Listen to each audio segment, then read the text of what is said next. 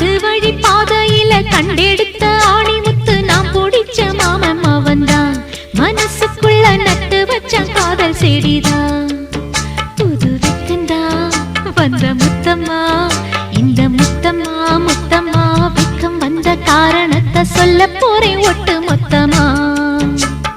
காட்டு வழி பாதையில கண்டெடுத்த ஆணி முத்து நாம் பிடிச்ச மாமன் அவதான் மனசுக்குள்ள நட்டு வச்ச காதல் செடிதான்